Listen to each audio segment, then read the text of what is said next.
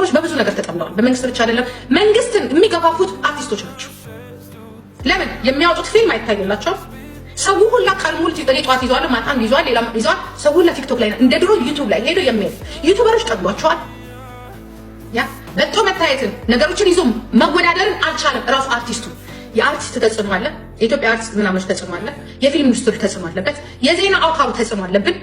ያ ሾው የምታቀርቡት ሰዎች በቲክቶክ ተጽዕኖ አላችሁ። ለዚህ ነው ቲክቶክን የማትደግፉት። መጀመሪያ ዩቲዩብ ነበረ፣ ከዩቲዩብ ወደ ቲክቶክ መጣ። አሁን ቲክቶክ ሰው ደግሞ ምንድን ነው የሚያደርገው? ስፕሪንግ ነው የሚያደርገው። ሁሌ አንድ ቦታ ይጣል፣ ገንዘብ ወዳለበት ቦታ ነው የሚሄደው፣ ጥሩ ነገር ወዳለበት። ሁላችንም ተጨማምደን በዛ ላይ ደግሞ እሱንም ተፋትገን እዚህ ጋር ሲደርሱ ልጆች እኔ እንኳን የራሴ ህይወት አለ ተፋትገው ሲደርሱ እዚህ ጋር ሰው ሲሆን ትናንትና ህይወታቸውን ሊያጠፉ የነበሩ ህይወታቸውን ሊያጠፉ ኑሮ የመረራቸው ልጆች እንደነዋ ግልጽ የተናገረ ሌሎችም የተናገሯል በውስጥ በኩል ያ እናት አባታቸውን በዚህ ቲክቶክ የሚያስተዳድሩ መድኃኒት የሚገዙ በሙሉ ነው። ልክ ያንን ስቃይ ሲያልፉ መንግስት ደግሞ እስር ቤት ይከታቸዋል።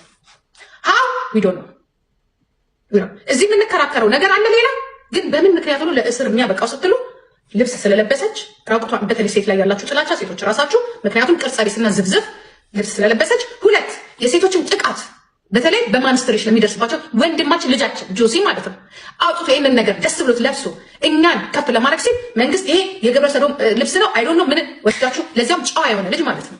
እኔ የምለው እያሰባችሁ ነው፣ ግን እያሰባችሁ ነው። ጭንቅላታችሁ ያስባል። በትክክል ግን ታስቡታላችሁ። ምክንያት ስትባሉ ደግሞ የምትሰጡት ምንም ነገር የለም። ምንም ነገር ወይ እዚህ ጋር የሆነ ባንዲራ አድርጓል ወይ የሆነ ነገር አድርጓል። እንደዛ ከሆነ ባንዲራው ይቀየራል። ቀይሩትና አስረዷቸው፣ ለልጆቹ አስረዷቸው።